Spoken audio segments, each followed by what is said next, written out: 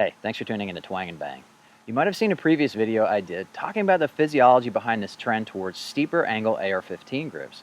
And at the end of that video, I said that my favorite grip so far was the Bcm Gunfighter.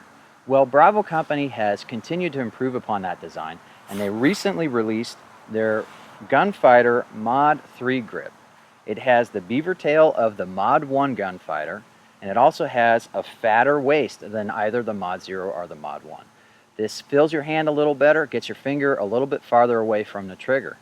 But they've also simplified the design so they can offer it at a much reduced price compared to their previous Mod 0 and Mod 1.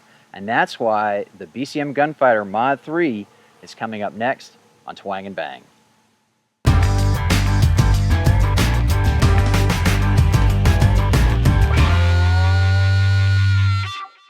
The Gunfighter Mod 3 pistol grip has the same basic profile as the Mod 1 pistol grip. Its slightly swelled backstrap measures in at approximately 65 degrees, leading to a beaver tail that rides up onto the lower receiver. The texture pattern is exactly the same, and the rubber hinge storage door is also the same. The first major difference is in the fixed trigger guard tab you see there in the front. On the Mod 1 and the Mod 0, as you see here, that trigger guard tab is actually a removable insert, which can be replaced with a flat insert. By dropping this removable insert system, Bravo Company was able to greatly reduce the price of the Mod 3. Though I don't have a Mod 1 for comparison, the Mod 0 on the left is basically the same thing without a beaver tail. Here you can see the increased width at the waist of the grip, while the base of the grip is the same size. The Mod 3 is more straight-sided, whereas the Mod 0 and Mod 1 are more tapered on the sides. Here you can see how that beaver tail also acts to fill the hand better. You get the same effect with the Mod 1 versus this Mod 0, but you can see why Bravo Company decided to release the Mod 3 with the beaver tail for those who wanted a bigger grip. Unlike other grips with a trigger guard tab, this one integrates very well even with many enhanced or billet trigger guards.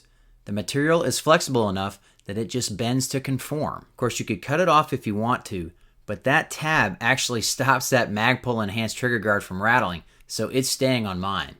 Between the addition of the beaver tail and the wider waist, the Mod 3 Gunfighter feels better in my hand, it gives me a better trigger pull, and it even gives me a little bit more leverage over the rifle when doing one-handed manipulation. Here I've lined up two rifles by their grips. The one on the bottom has an MOE grip, and the one on the top is the Bcm Mod 3. Again, like I showed in a previous video, you can see the difference in the angle that the barrel points based upon the angle of the backstrap. Again, showing you that this straight angle is a two-way street. It changes the interface between your hand and the rifle, but it also means that your barrel will point lower for the same wrist angle regardless of what you're doing with your rifle.